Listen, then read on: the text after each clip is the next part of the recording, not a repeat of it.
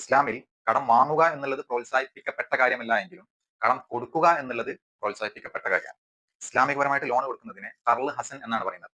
എന്ന് വെച്ചാൽ financial gain ഒന്നും എക്സ്പെക്ട് ചെയ്യാതെ സിർട്ടാവിന്റെ പ്രീതി ആഗ്രഹിച്ചുകൊണ്ട് ഒരാൾക്ക് കടം കൊടുക്കുന്നതിനെയാണ് ഖർള് ഹസൻ എന്ന് പറയുന്നത്. ഈ രീതിയിൽ നമ്മൾ ലോൺ കൊടുത്താൽ അതിനെ മൾട്ടിപ്ലൈ ചെയ്തു തരുമെന്നും നമ്മുടെ തെറ്റുകൾ പുറത്തു തരും എന്നും നമുക്ക് ഖുർആനിൽ കാണാൻ പറ്റും.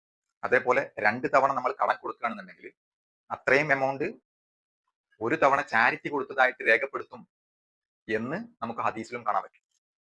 ഇനി കടം കൊടുക്കുന്ന ആൾ ശ്രദ്ധിക്കേണ്ട 4 പോയിന്റ് പറയാം. ഒന്നാമത്തെ പോയിന്റ്, കടം വാങ്ങിയ ആൾക്ക് സമയം കൊടുക്കുക എന്നുള്ളതാണ്. ഖുർആനിൽ നമുക്ക് കാണാൻ പറ്റും, കടം വാങ്ങിയ ആൾ ബുദ്ധിമുട്ടിലാണ് എങ്കിൽ അദ്ദേഹത്തിന് സമയം നീട്ടിക്കൊടുക്കണം എന്നുള്ളത്.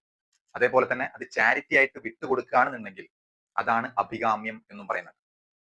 കൊടുത്ത പണം തിരിച്ചു വാങ്ങുന്ന സമയത്ത് അല്ലെങ്കിൽ തിരിച്ചു ചോദിക്കുന്ന സമയത്ത് അവരോട് നല്ല രീതിയിൽ പെരുമാറണമെന്ന് ഹദീസിലും പറയുന്നത്.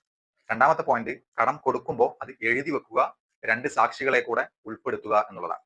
പണം കൊടുത്ത ആളോ വാങ്ങിയ ആളോ മരണപ്പെട്ട ശേഷം ഇതിന്റെ ഒരു ഗുണം നമുക്ക് മനസ്സിലാവും.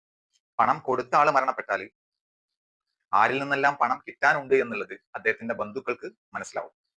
അതേപോലെ പണം കടം വാങ്ങിയ ആള് അത് തിരിച്ചടക്കാതെ മരണപ്പെടുകയാണെന്നുണ്ടെങ്കിൽ അദ്ദേഹത്തിന് അതുമൂലം പല ബുദ്ധിമുട്ടും ഉണ്ടാകും എന്നുള്ളത് നമ്മൾ കഴിഞ്ഞ വീഡിയോയിൽ സംസാരിച്ചിട്ടുണ്ട്.